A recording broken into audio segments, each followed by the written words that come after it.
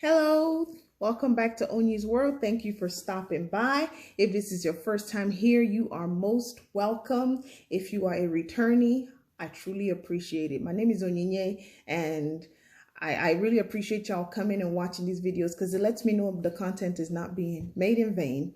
Before I jump into today's video, I just want to make a little comment. I got called out on my scarves. Y'all, I love scarves. This is me. You wouldn't want me to put on something that's not real, that's not me. So it is what it is. You get what you get and you don't pitch a fit, right? Okay. With that said, welcome back to the channel. Thank you for stopping here. Without further ado, I want to have a little chit chat with y'all about something that happened in my childhood. Yes, some of y'all will laugh on my account, but that's good. You know, if you don't laugh, you're going to cry. You got to do something. So when we were little, we would go to church and stories passed around in church. And one of those stories that passed around in church is about a glowing spirit named Wong Wu. Okay. So the kids, that we were sitting there like, what in the world is Wong Wu? And they explained that Wong Wu was like a wicked spirit that floated around in the dark. And once you saw it, that's it. There's no getting away from it. So we laughed it off and we're like, oh, it's never going to get me. We grew up in a very superstitious era and community. And, we were Christians, but we were kids. We gave ear to a lot of fables. So, we took the story of Wong Wu and we tucked it away in the pocket and we called it a day. Well, until one day. Nigeria has this recurring theme of taking the power, the NEPA, they call it NEPA, National Electric Power Authority, I think that's what it means anyway, had this thing where you can pay your bills, you can be current, okay? But when they are good and ready, they flip the switch and you don't have lights. So as Nigerians who understood that this was the norm, we learned to keep candles, lanterns, anything that could be used to help people see. Okay, we kept those handy around the house. Well, this particular day, there were no candles in the house. So we had a few matches and my aunts would strike one and, burn a little piece of paper or whatever. And it was getting darker and darker. So we cast lots. We didn't cast lots, but they called my name. And I was supposed to go down the street and go get some candles. No biggie. I know where the candle lady lives. It was about a quarter mile from the house. It was walking distance. It didn't matter if it was night. Back then, society was relatively safe. So a child like me could walk that distance and be okay and walk back. So my auntie gave me the money and I went on my merry way to go purchase the candle. Well, I started walking towards the candle lady's house. And the closer I got to her house, the more it began to dawn on me how dark it was. And something about darkness plays with the human mind. So as I walked, each step became heavier. And I walked and I walked and I walked. And to make it worse, y'all, this candle lady did not live on even ground. No, she lived in a cutout, a dugout really. So you had to approach her house or her flat where she and her other people lived in that pit with her. So you would approach the house and then you would go down like a flight of stairs. And they weren't really secure stairs, but it is what it is. You grew up in Nigeria. Some things were, you work with what you had. Went down the flight of stairs, walked up the candle lady's side of the dugout and knocked on the door. I swear, I don't think I stood in front of that door for any longer than 4 seconds, but it felt like an eternity because the darkness was closing in on me. And when the lady answered the door, my spirit just flew out of my body. What in the world? She was scary looking, y'all. She was so scary looking. And she peeked out and I was like, I pled the blood. And I said, I want to buy a candle. And she said, how many?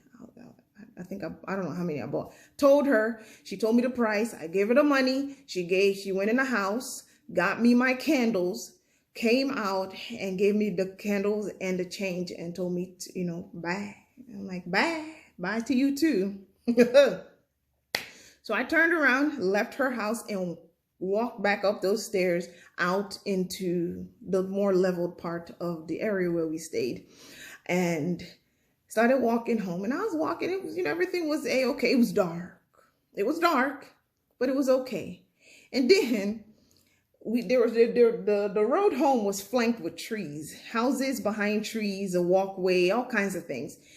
Somehow, I don't know what led me to recall, but to my right on the road, there was a little fixated light. And I had my candles in my hand. My change was wrapped around the candles. And I looked to my right and I saw that light. And as memory would have it, I associated that light with the stories that I was told after Sunday school by my peers. And you know how memory works. Oh, y'all, the first thing it said to me was, it's not supposed to see you, right? Well, obviously this light, even though it was in a distance, had already seen me. But even worse, y'all, the story, if I remember it correctly, it's been 25 years now, keep that in mind. The light was not supposed to know that you saw it, right? So when I looked over at it, you could not convince me that that light did not see me and that light did not know that I saw it. So I got afraid. And all of a sudden, my calm stride became a little trottle. I started, galloping. I'm going to outrun whatever this is. Well, the faster I moved, the more certain I felt that I saw that light move to it. Now, it wasn't just a steady light. It was blinking. So, oh, Lord, Juan Wu has seen me and is coming after me. Oh, God have mercy. So my trottle turned into, a quick run. And I started running, and then the fear just took over. It took over, y'all. I became a Bentley. I took off down the street. And y'all, the faster I ran, the faster that light followed me. I ran so hard. I ran so fast. And I ran. And so as I was coming up on our gate, we lived in one of the few gated houses in the neighborhood. I was running up on the gate to go up the hill. I cut that corner so fast till this day, I don't know how I hit it. I was supposed to run into that concrete and the end. But it didn't happen. I made it. I hit that corner and I turned and up the hill towards the house I went.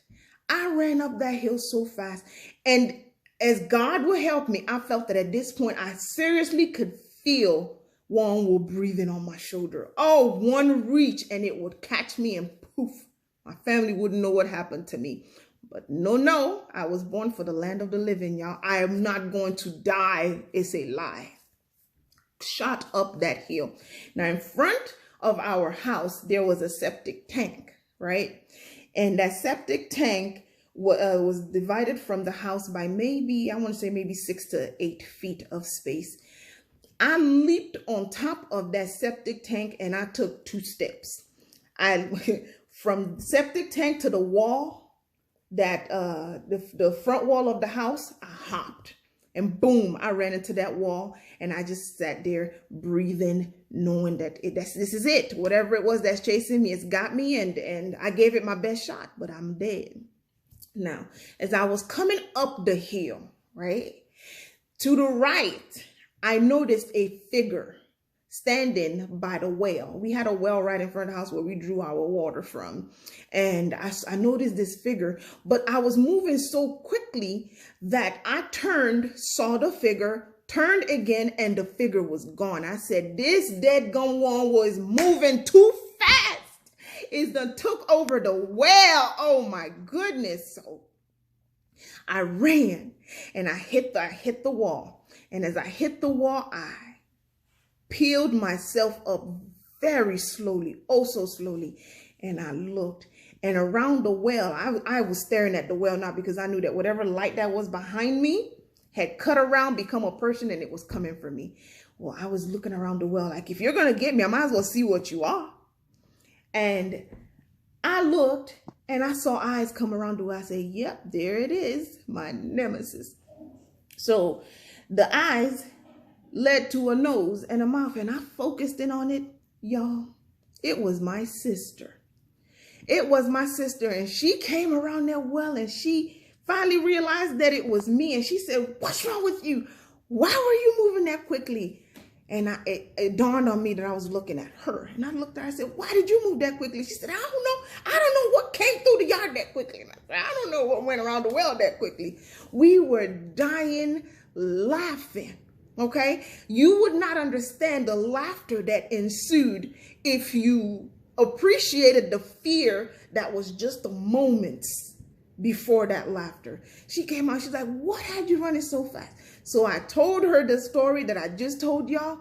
Y'all, till this day, we cannot have that. We cannot exchange that story without melting. It is still hilarious in our household till this day. For her, for me, and I was like, you know what? I got to share it with y'all.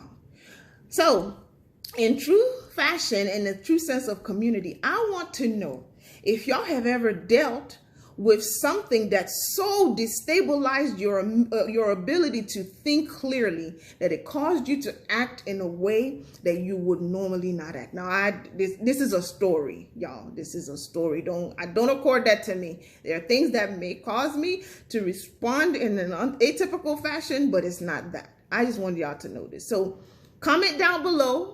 Let me know if you have dealt with something similar to this. And if you haven't, that's good too. Come laugh at my expense. All right? And thank you for viewing this video. Before I go, make sure you like this video if you enjoyed it. Hit the bell, okay? First of all, you got to hit subscribe. When you hit subscribe, the little red bell comes up. Hit the bell and then click to subscribe to all of the videos. That way, whenever I upload, you will be the first to know. All right? Let's grow this community. And thank you for hanging out with me here at Oni's World. Be blessed.